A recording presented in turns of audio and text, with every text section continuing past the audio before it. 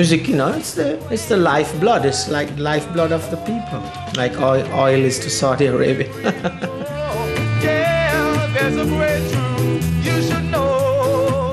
To be young, get rid of black. Get up, stand up, did you hear? Stand up for your right one more time. No one in their wildest dreams would ever have thought that a small island like Jamaica has now been able to create a music that is part of the mainstream. You stand up. We need it, we must have it. For your right. You get up, stand up. Oh, you bring your woman access to your villa. Trespass on a weakness, all of your clean on your pillar. You better watch your back before she turn into a killer. Just review the situation. The music, it's something like a gravity, like a magnet. It insists to hold on to you. You tell her, baby, no way. I've been touched by an angel.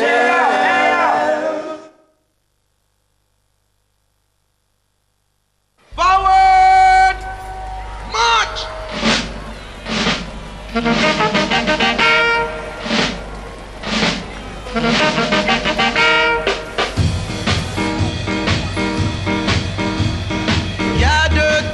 On August 5th, 1962, Princess Margaret finally pulled down the Union Jack after more than 300 years of British rule in Jamaica.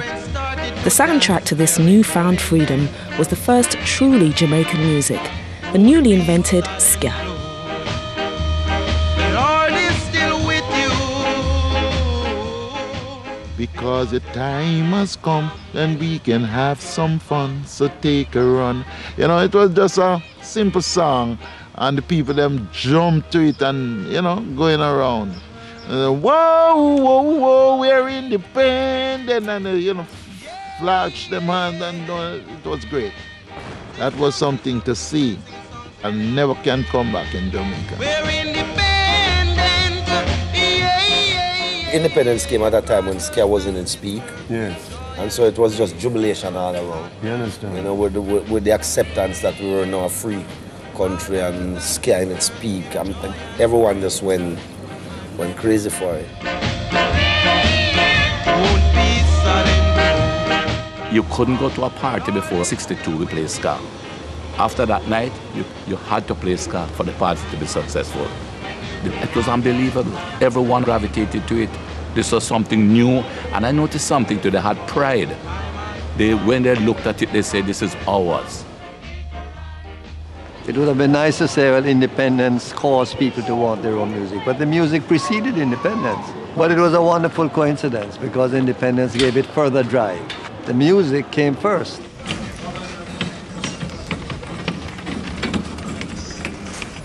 The story of modern Jamaican music starts in the early 1950s in the poorer areas of downtown Kingston with the emergence of a uniquely Jamaican phenomenon, still at the heart of the music 50 years later, the sound system.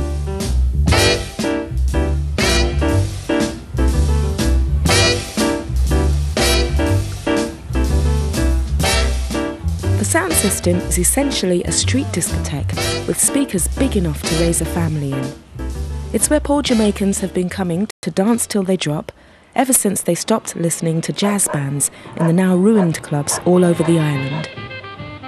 You had the sound system before recording. You have the Jamaican music started off with the orchestra dance.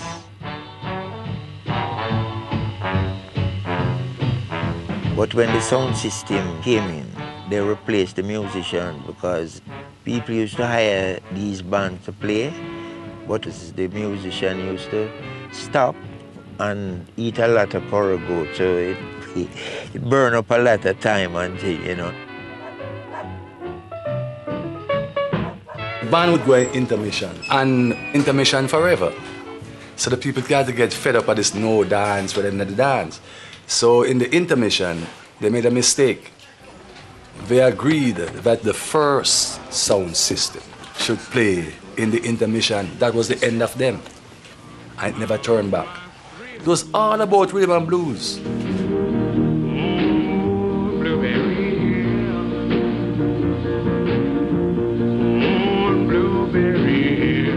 As the 1950s rolled on, The music of Fats Domino, Ray Charles and Louis Jordan was streaming into the island from Southern American radio stations just over 90 miles away. And with the sound systems blasting it out most nights of the week, downtown Kingston went dance crazy.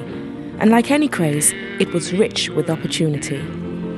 People used to make money from it.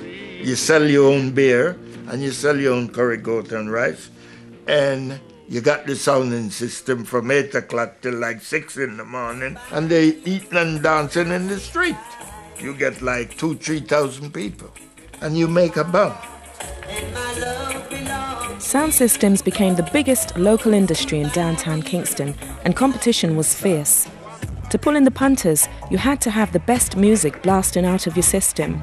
The race was on for the hottest American tunes. It's the Reggae sensation. You know, American people, they need cheap labor, so they cut them cane and things. But while you're there cutting cane, if you buy rhythm and blues, 6 times more money you get because you're going to sell it back to sound system people. So everybody anxious to go to the farmer, but not for cut cane. They want to go buy some record, you know? Out of this fierce competition, 2 giants emerged, Clement Coxon Dodd and Arthur Duke Reid. Combining their liquor businesses with their sound system dances, they were effectively the barons of downtown Kingston and would continue to control the Jamaican music business for the next 15 years. They could run the country those days because people, anywhere the sound string up, you have the crowd of people there before. They used to play in competition. It come in now like Joe Fraser and Holly. Duke Reid is a man who go around this dance and him go to the gate and him give everybody out of the gate money for coming on and dance, you know? And the people they believe all the cocks and dance and come on to Duke Reid. Sometimes them just take the money and go to the cocks and dance just the same, you know what I mean? So it's like that. So all of them used to be at war, you know? The sound system thing, man. It's a traditional thing. You can't stop it. It come from way back, you know? Come on. Yes, suddenly rum is served to sophisticates because suddenly Jamaican rum has regained its place among the great drinks of the world. Duke Reid had a rum there where it don't sell in the stores. If you think rum strong, you ask about rude to your parents. When you throw water, you know what happened? Yes. Throw chase in it. What do you think happened? Smoke. Little smoke, vapors thing, right? And that is what the brother might drink. Like they have cocaine now, that was for them cocaine. So after Duke Reid, give them 2 drinks of root to your parents and send them go cocks and dance. The dance done. People are jump fence to get out the fast.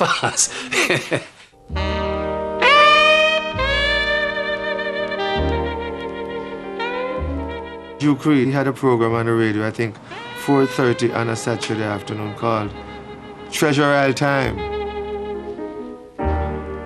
They would advertise the liquor business, and then he would, on those programs, they would play newly made Jamaican records. Decided to drink some more, but when I look at the clock, it was 3:45. To promote their sound systems, Reid and his competitors had turned to record producing by the end of the 50s, but not as we know it today. They had no intention of selling records to anyone else. They brought jazz musicians down from the tourist hotels to play Jamaican versions of American R&B, and then they just made 1 copy of each record to play on their sound system and achieve the much-prized exclusive. We start imitating the rhythm and blues songs like say Smiley Lewis or Professor Longear or Louis Jordan, and, you know, those kind of beat. We try to imitate it. It didn't turn out that way, so we decided to keep this as our own type. That's how that can come in.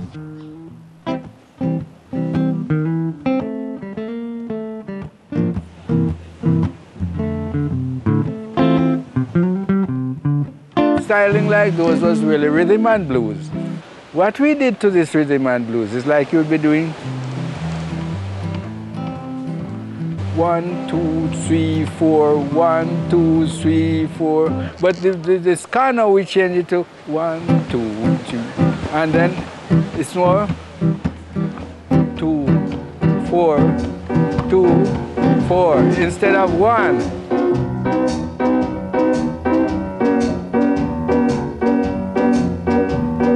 Last night, Papa come in junk, he stood across the door.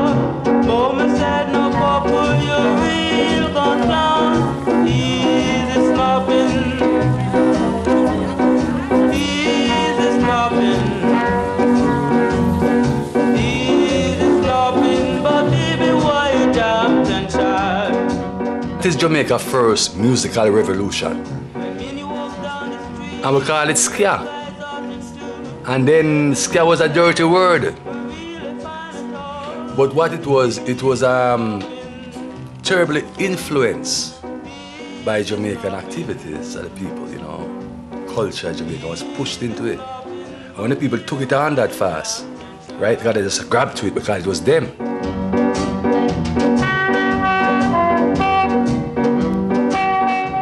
This is the way of life of the lower class people. We haven't got anything else. What else we have? I mean, the middle class or the upper class can buy a ticket and go to Miami or somewhere like that. That's all you have. You don't know anything else. You would not find the creative force that comes out of the inner city in the residential areas in Jamaica, because they are more settled into a pattern, into a tradition. There's a social divide and a cultural divide. We live in two countries. When ska was popular downtown, it had no popularity uptown. In 1960, much of uptown Jamaica still preferred American music, and many of the jazz musicians who had invented ska were making a living playing the tourist resorts of the North Coast.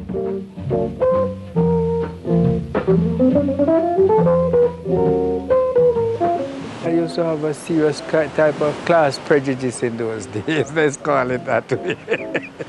You know, and it would have hurt my career in a certain sense.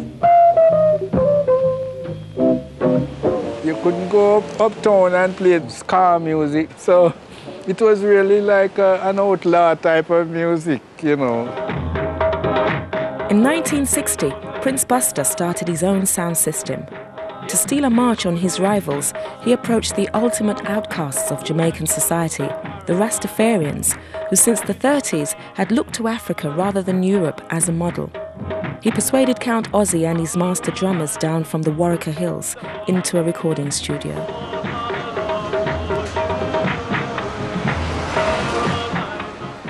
In those days, if you say it's a Rasta, all they have to use black for, you know.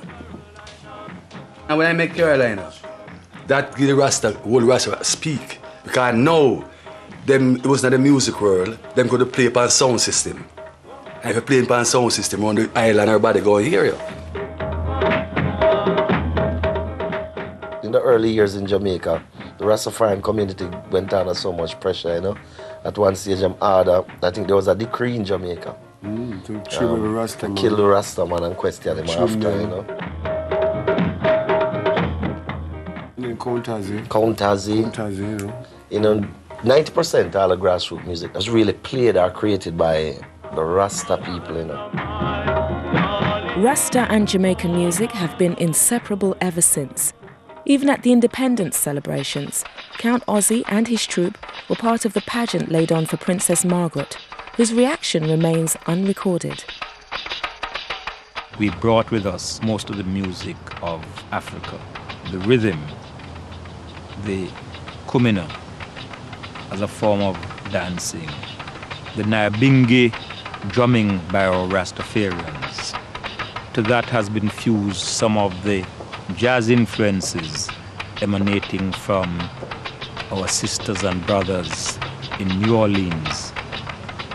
Culture has been a very strong element in all our art forms, but particularly in our forms of musical expression.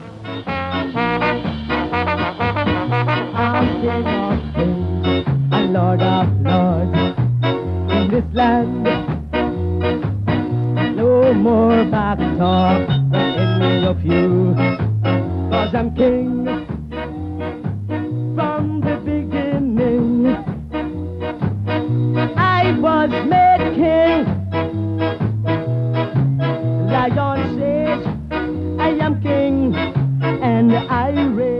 what it developed from was calypso.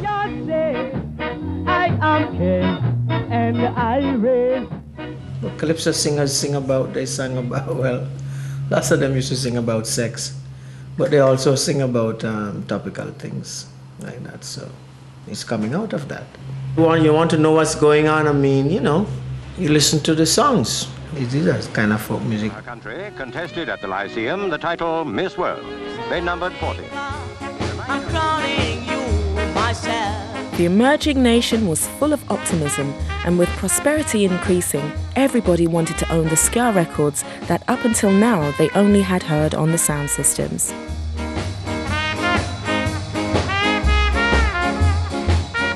People started buying Jamaican records.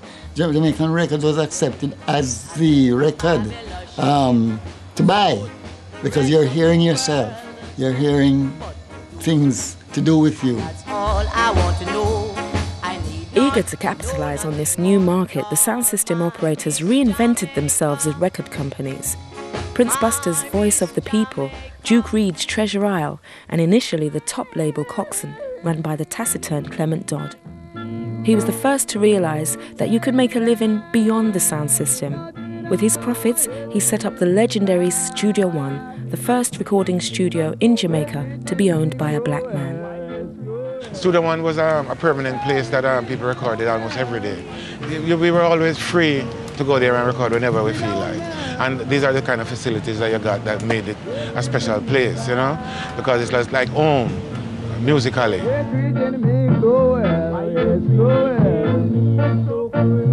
that the first time I've been to your home? What is the first time?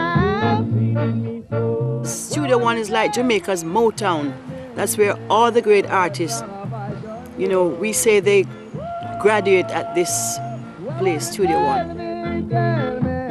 This was like a 9 to 5 job.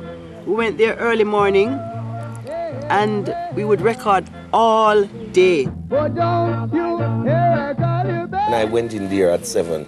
I used to live at Mr. Dad's house with his children. Yeah. So every morning, I'd go to the studio with him and open the studio.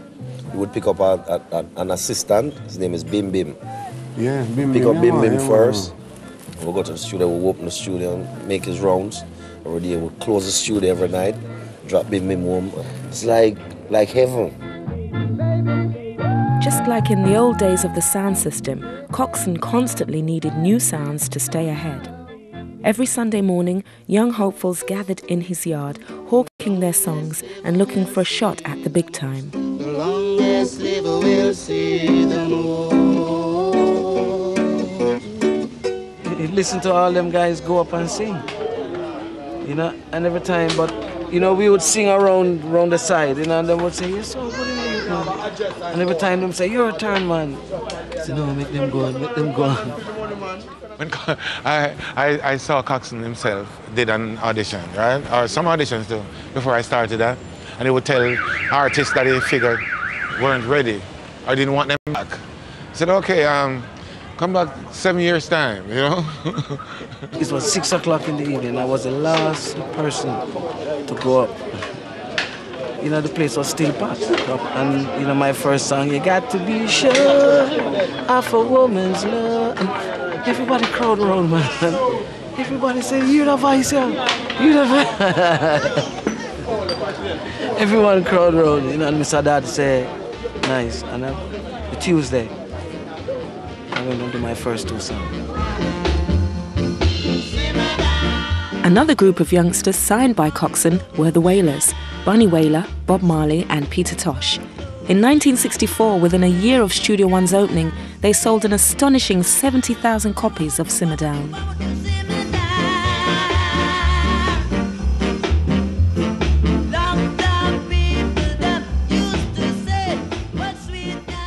Trenchtown. It was vibrant with a lot of activities.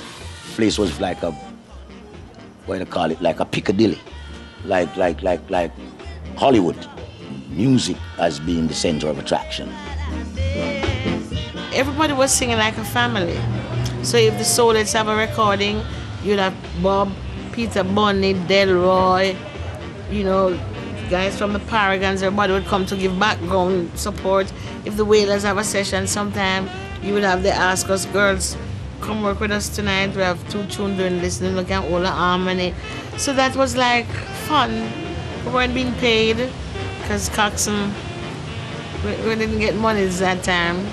Sometimes we get money to buy us a patty or cocoa bread, and if we're going on Fridays, we would get a pound or 30 shilling or something like that. But we didn't have a problem.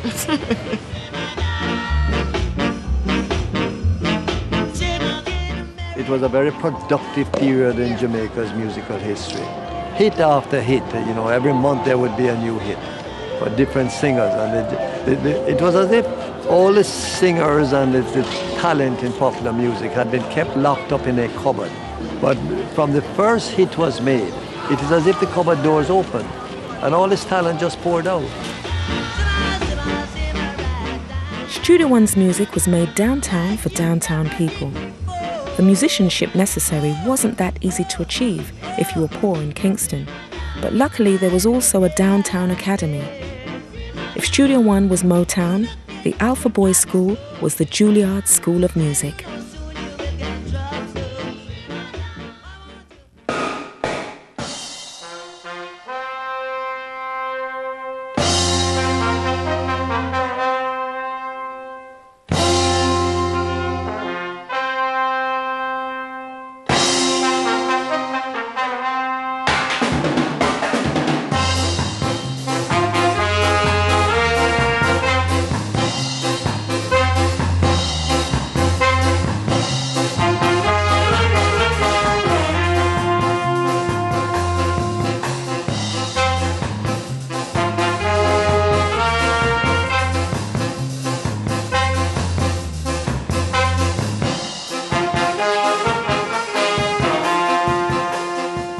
Alpha Boys School is a school that caters to the unfortunate.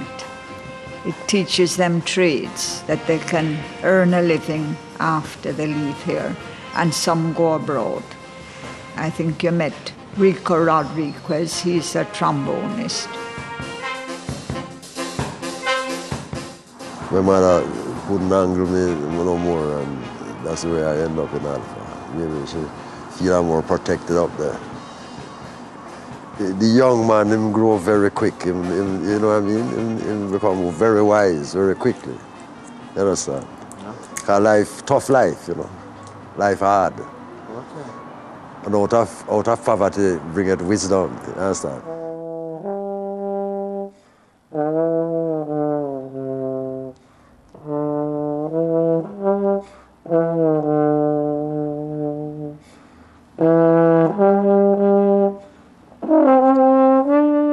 Well, the reason why I'm here was because my parents abandoned me. But I thank God for that in some reason. Allah said, you must honor thy mother and father, but I still love her. And in the future, I'd like to find her. So at Alpha is good. I learn music and I also learn education. Many of Jamaica's greatest musicians have been from Alpha. Coxsone in particular was quick to appreciate the value of the kind of discipline and ability you might expect from that institution.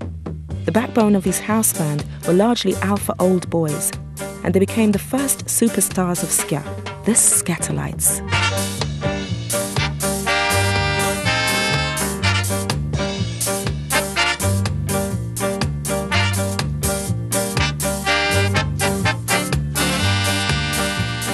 Oh yes, the Scatterlights. That was Johnny Moore. He is touring France now. And Lester Sterling, he's in America. Tommy McCook was very good at that. He was a saxophonist.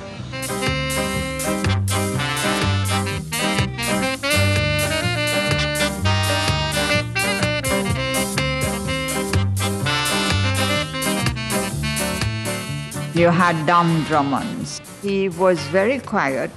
He loved his instrument. And when he was still in school, he was about the best trombonist in Jamaica.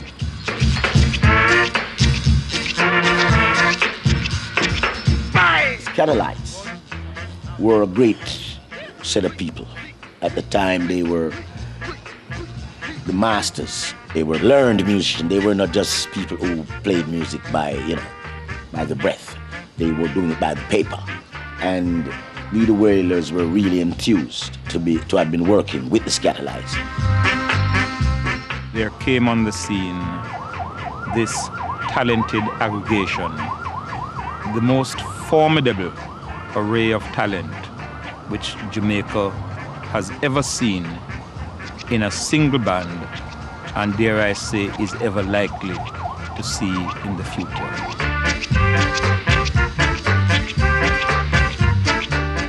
They were it. Anywhere they played. For dances, the place would be ram jam. We play at a place one night and say the place loaded with people and a woman come and dance the ska. And I'm watching that woman dance and we see she kick back. And when we finish playing go out, I hear the woman die. They take her out, she scans her till she dropped down and dead.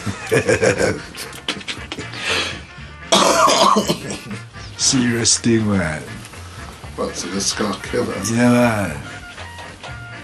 Yeah, man. The Scatterlight carry a heartbeat. Yeah. Yeah, man.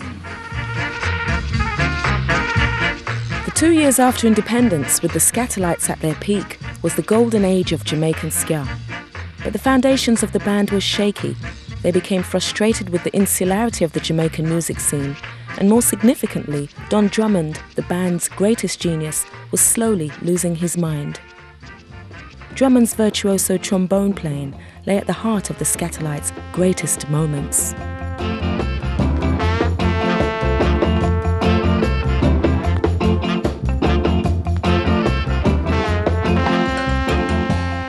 A lot of his compositions were minor chord tunes, smooth, more melodic kind of flow, while Rico would be more brassy and more like orchestrated, like, to the beat. Don slides with it. Drummond took ska to new heights of virtuosity. He had a unique style with a disturbing emotional undertow that reeked of Africa and mirrored the demons in his head. He got in friendship with this lady, and he didn't like her dancing, and so that brought a sort of a bone of contention between them. Jealousy and the lack of material and career advancement built up disastrously in the mind of the introspective Drummond, and on New Year's Eve 1964, he killed his girlfriend Margarita. I used to say to myself, I wonder if he's really guilty of doing that act. But they found him guilty, and then they placed him in the madhouse, Bellevue that is. And after a while, he had some altercation with somebody there, or with people there, or some fuss, and he died. I was sorry to hear, because he was such a great musician, very, very great, regardless of how mad he was. Without Don Drummond, the Scatterlights were never quite the same again. And anyway, musicians couldn't make that much money in Jamaica.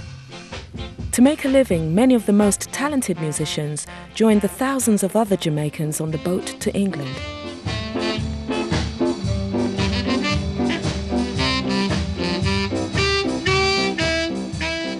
I just want to change from Jamaica for me.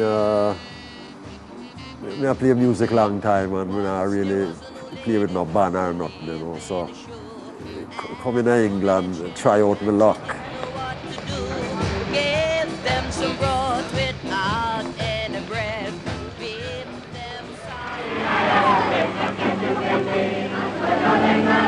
To the newly arrived Jamaican, London nightlife was a strange and often unnerving experience. When you go there, you know what they was playing. Bottoms up and the choo-choo-choo and all these kind of things. Knees up, Now you coming from Jamaica where you used to. So we couldn't take it. And the jazz club, well, it's never on. Every club you go in London is, sorry, you gotta be a member. Won't let you in. Once you're black, you can't get in. You know what I mean? You couldn't get into Ronnie Scott, you couldn't get into Lions Corner House, the big jazz club. So then I said to Vinny, look, you build a sound, we will support you and get the record like Jamaica from America. And this is how it starts. My parents were only here 5 or 6, 7 years until 1965. So it was almost like a letter from home, hearing rhythm tracks from Jamaica. Shebeens and blues dances weren't just exclusively for people. Yeah, it started off exclusive. It started off. But they were in certain areas come as well. I mean, you worked on the buses, right? And you were the conductor and the driver's white. And then you know you can't help but being together all day long, right? And you talk about what you do for recreation, and then you say to the driver, look, we're having a party over so and so and so and so, and he comes around and thinks, oh, that's nice, isn't it? And he tells another few of his mates of it. Little Miss Muffet, she sat on a tuffet, eating up curls and whey. Came a big spider, sat down beside her. He frightened Miss Muffet away. Watch out! Whoa! Whoa! Whoa! Whoa! Oh! Play tomahawk now. We used to go down to number 9 Millennium Crescent, where was a little cafe with a little jukebox, and you get some food. And I always remember Carolina was on the jukebox, and in back there was a kitchen with a chef, and you can get meat and rice. That must have been 1961. Up on the hill, fetched him a pail of water. Jackie fell down and it bust him home. Sister Ignatius from Alpha gave me the money to come to England. I was like our #1 boy, like best boy then, you know what I mean? And she used to look after me in school very good. He took the trumpet. He was very helpful because I used to send him to my brother's store and so on. He used to do shopping for me. Right now. It was this great cultural mix. And at the same time, Buster came over from Jamaica, and we had access to West Indian records. Greatly opened areas, because the British market, I mean, British record releases was pretty limited at that time. You know, we were hearing cover versions. You had to hear the original. Yeah, we had access to the real thing. You felt like you were at the start of something there. By 1962, the scene was big enough to move from West London to the West End. Soon, Count Suckle's The Roaring Twenties in Carnaby Street became one of the hippest venues in town.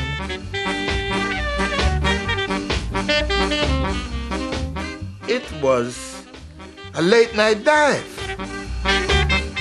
Maltese, prostitutes, striptease girls, the whole of the West End. Everybody, white, musician, because they come down. The Rolling Stone, there was Scruffy, all of the Stones. Because they used to play round the corner at a club called The Scene in Windmill Street, downstairs. A girl named Sandra used to run it.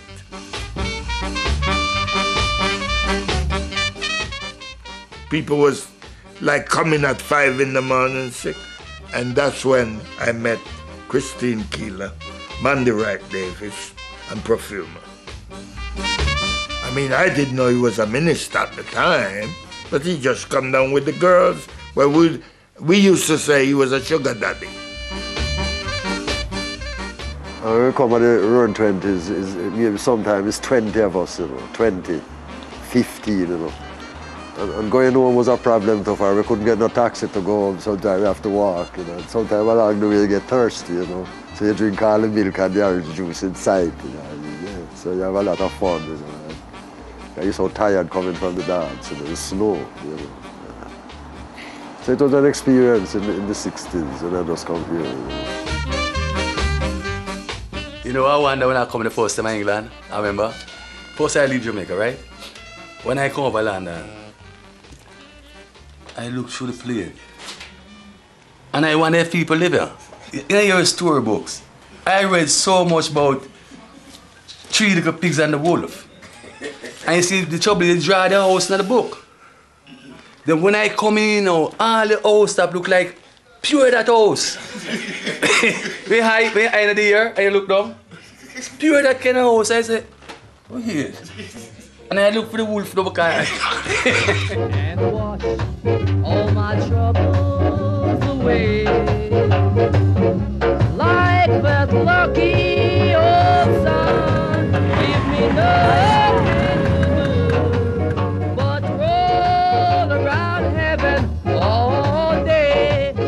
Ska in Britain was distributed on the Blue Beat label, which was how it became known. Blue Beat was the music of choice for the mods, the scooter-riding youths who flocked to the concerts and made Britain a hugely important market for the music.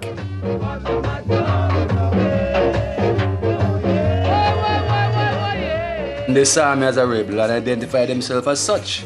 So there was some compatibility there. I think so, because you should see them when I make the show. It's just come like me and them as one. And then protect her right through the tour. Like that lucky old sun, give me nothing to do. By 1964, Jamaican record entrepreneur Chris Blackwell was convinced he could get a UK hit with a ska record. He had the right singer in Millie Small, so he brought over Ernest Ranglin to London to provide the spark.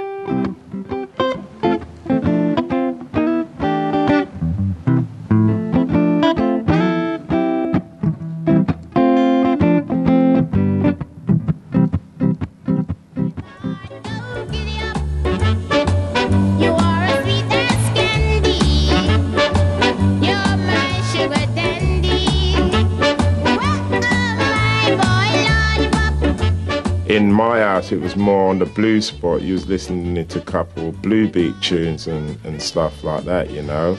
And then the biggest breakthrough was when, you know, Millie Smalls came out with My Boy Lollipop, and I think that changed everybody.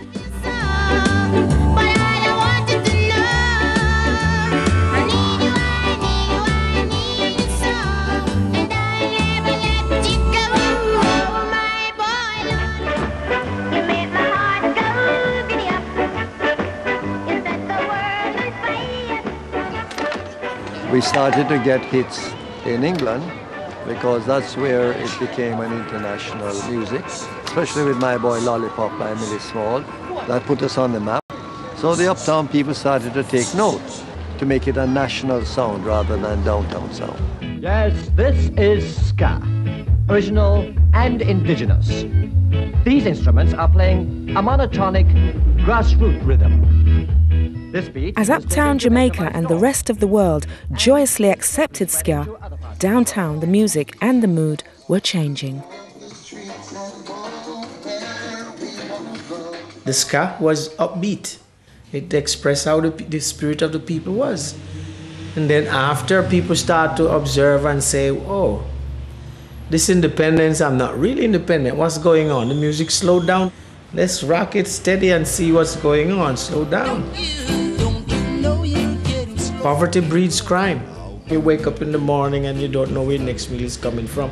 You know, all kind of things start going through your mind. For if he's rough, he's against the world.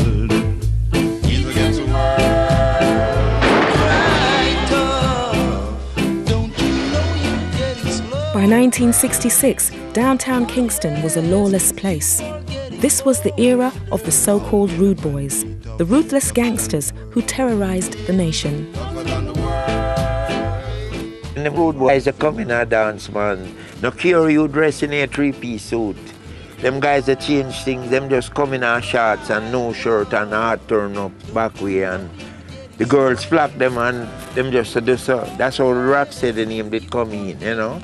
And the DJ have to play when they reach it, say, cry tough with Alton Ellis, and anything you can do, I can do it better. I am the toughest, and them throw a box of beer in the air and it mash.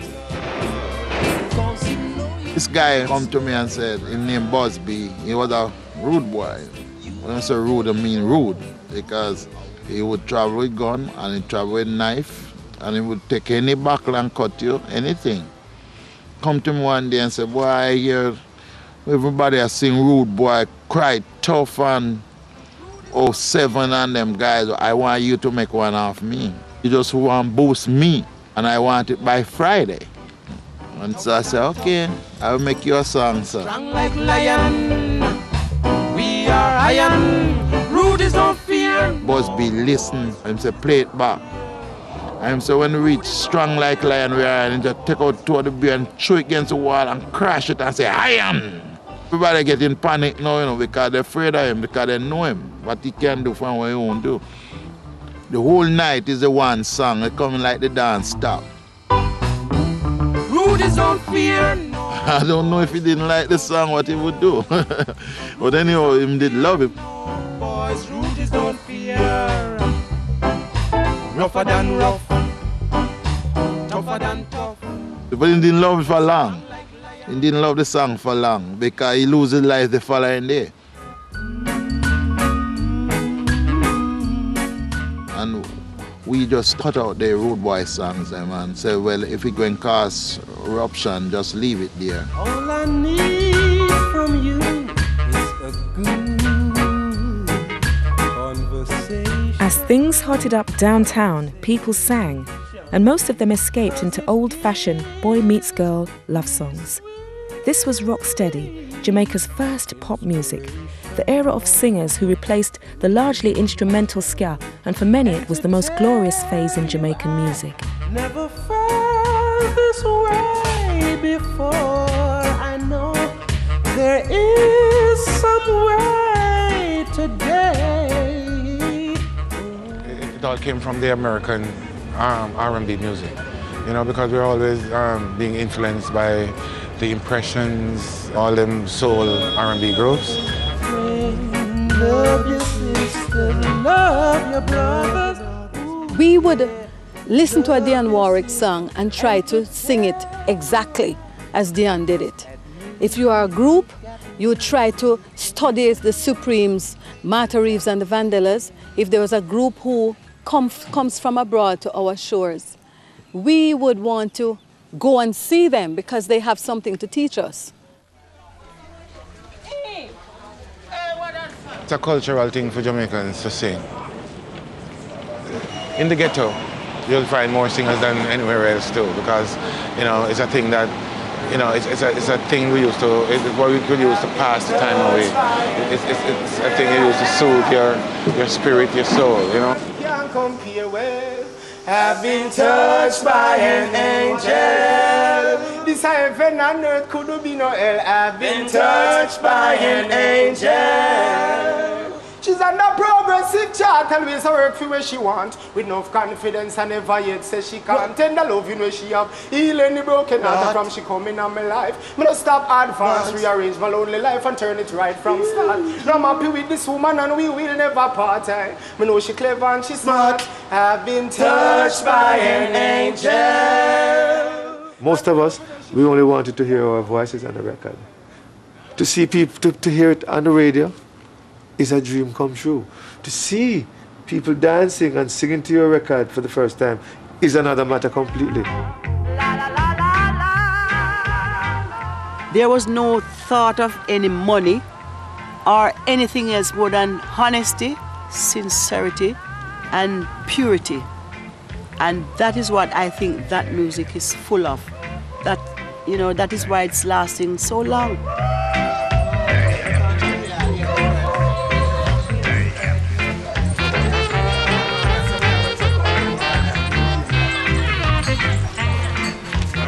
The songs lived. You'll have a song, man, 1 year straight.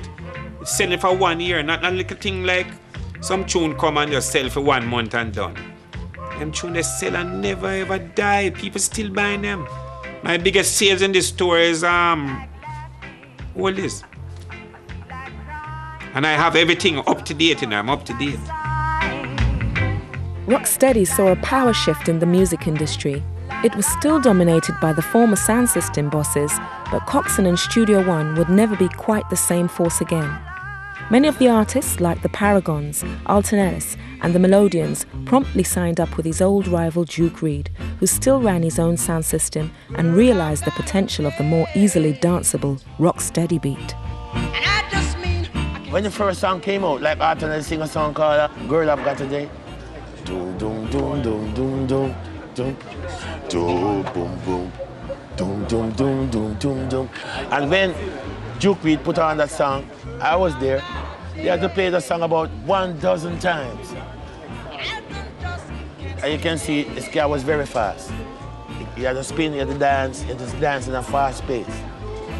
So what we did was, at the time, most of them had the same bass line because the bass man didn't have enough time to emphasize on his bass line. So what we did was cut it down a little so the bass man could more move his fingers and have a line. So that's how he comes up these reggae lines. Do do do do do do do do do do do do do do do do. You know, you give him more time to do that. In the sky, you couldn't do that. Reid's Trojan sound system had been notorious for the vicious fights that often accompanied his dances. Experiences which made the ex-policeman the ideal man to set up his Treasure Isle studio amongst the rude boys of downtown Kingston. He was a no-nonsense man. He never harbor any foolishness. Police used to go and come. If you're a rude boy, you have to leave your rude boy business outside, right? Then Joe could have seen you. As I say, he was a no-nonsense man. And this is the studio over there on top. What is the studio?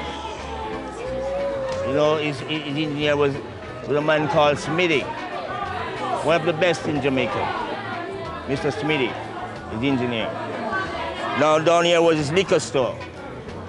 You'd have a lot of boxes on the roads with liquor and drinks and all those, and nobody take anything. Well, you see, Duke, he's respected around the area, and he's well armed. He got at least 3 guns on him. One long one on his hip, and one on his feet. That's Duke, the first gunman in Western Kingston. If Duke even not in the studio, him have a box downstairs in him liquor store. And when everybody upstairs dancing, so boy, this gone. And out of nowhere, boom, boom, boom. And that Duke fire shot and the whole studio get quiet. Do you see the big man? He would run up the stairs. Say to Tom McCook and all those people, what are you playing? I don't want that. I want this, I want that. You know, everybody just shut up and listen to what he said. Then you had a on man, he's dead now, named Marquis. So listen, and Duke, so play it back, Smithy, and quiet, and Marquis put out him head like this and say, yes, the boss was right. The tune need a 17 there, sir. Rocksteady lasted 18 glorious months, but finally there was no escaping Jamaica's worsening conditions. Bass lines became heavier and the subject matter more socially concerned.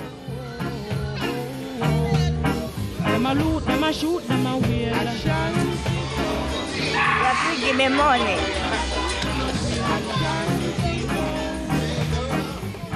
And we go into reggae now. And how we get to reggae now? Reggae is a different changing of the drum. We have the drum playing more burro-like. Oh, I don't know if you understand, like tap ta da pa da pa pa da pa da pa pa da, and change the bass pattern. If the music even slow, it make it sound like it fast. So that is what the reggae do to the Rocksteady. And that was it. Reggae, reggae, reggae, reggae, reggae, reggae.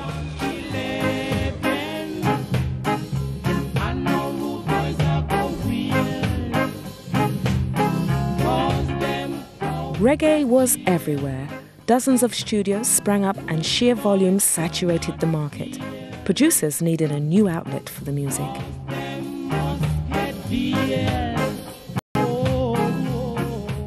The guy guy was working with Island at the time named Dave Bettridge come out here and meet me, and they invite me over to England in '68, and I see what the people love. England is the gateway to real reggae music. The English market became essential to Jamaican producers with its large and by now settled Caribbean community. When I went to London, Bob Andy and myself, that was when I first learned that Feel Like Jumping was also a big song in England. We were just in Jamaica not knowing what was happening. What was happening was that by the late 60s, companies like Trojan Records had spotted the large underground following that had developed for this new reggae pop music. White kids that were hanging out with the black kids from the same areas grew up on the music, you know, we were all hearing it. And it was just a fashion, the youth culture of the day. Yeah, well, that was it. Where we only had the youth clubs. You know what I mean? Nobody was old enough to go to nightclubs anyway. That's it. Trojan Records came to enjoy iconic status as the purveyors of Jamaican music in the UK. They released 2,000 singles in 7 years, initially on a fairly small scale, through specialised shops catering to Jamaicans and to white working-class youths who revelled in its danceable beat and outlaw status, the skinheads. You get kicked out of Saturday morning pictures when you're too old for it. You've got nowhere to go for yourself, so somebody said, oh, let's go up to Streatham Locarno. And we're talking about the 60s, sort of the skinhead period, really. And so I used to go to Streatham Locarno and listen to music, and we didn't really dance. People did dance, but me and my friends, we used to just sort of hang back and just watch, you know, because it was all the skinhead thing, you see. And because they never played that music on the radio, so in some ways, for us, it became our music.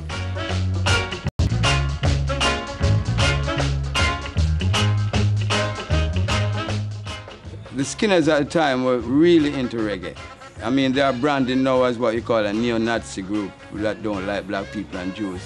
In my time, I was being protected by the skinheads.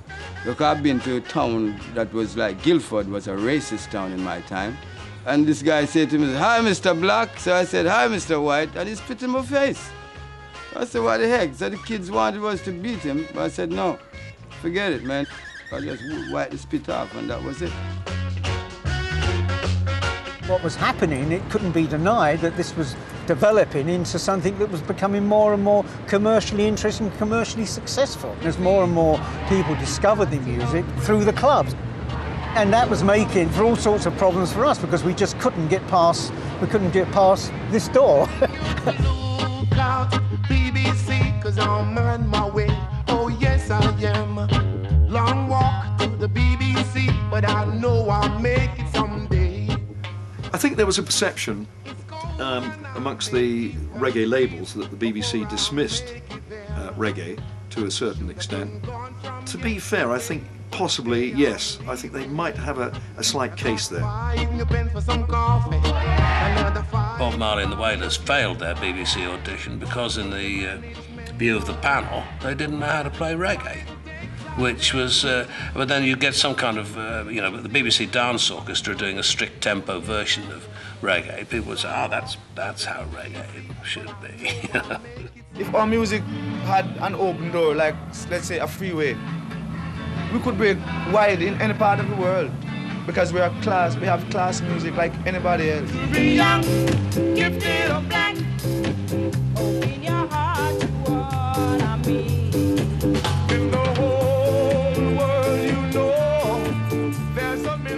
We just did that song because we were teenagers wearing afros and, you know, trying to be too conscious black people. And we said, this is a good cover song for us to do.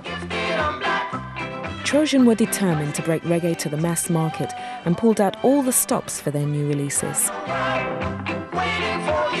When they introduced strings on the British versions of the songs, I think it made quite a difference because they made them more into, not so much the raw sound that would probably be acceptable elsewhere, but it made it more into a pop record and then went to a much bigger market. Reggae became part of pop mainstream. Skinheads, the BBC, school dances. Suddenly everyone was playing reggae.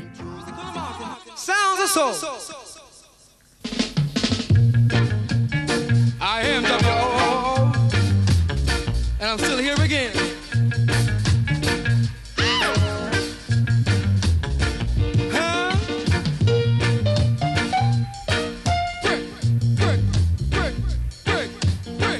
Dave and Ansel Collins went to #1, as did Desmond Dekker. Jimmy Cliff, the Scatterlights, Prince Buster and Ken Booth all stormed the charts. And everyone loved it when Max Romeo turned out to be a new kind of rude boy. Of course, there was the wonderful Max Romeo Wet Dream thing, which was just such a great pop record. Obviously the lyrics, you know, you can see why they had a problem with that lie down girl, let me push it up, push it up. Lie down, girl, let me push it up, lie down. I try to explain, I said, look, man, it have nothing to do with sex. I'm talking about my house leaking here. Me and my lady sleeping in bed, rain falling, the roof is bloody leaking. She's getting up to plug the leak, and I'm saying, lie down, girl, I'll push it up. They didn't buy that. The last couple of years of the 60s were a reggae explosion, and by 1969, Desmond Dekker was filling Wembley like visiting royalty.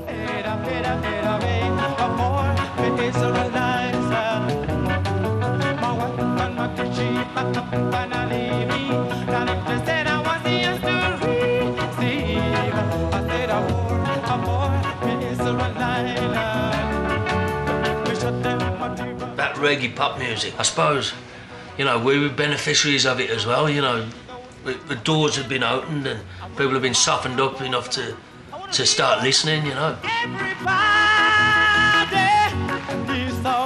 The music of downtown Kingston had not only conquered Jamaica, but made it to the heart of the old colonial masters.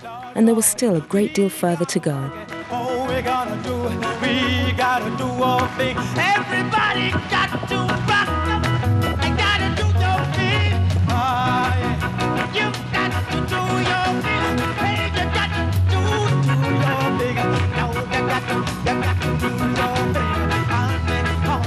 I do your thing. I've got to say, bye-bye. I'm going. Hallelujah. I've got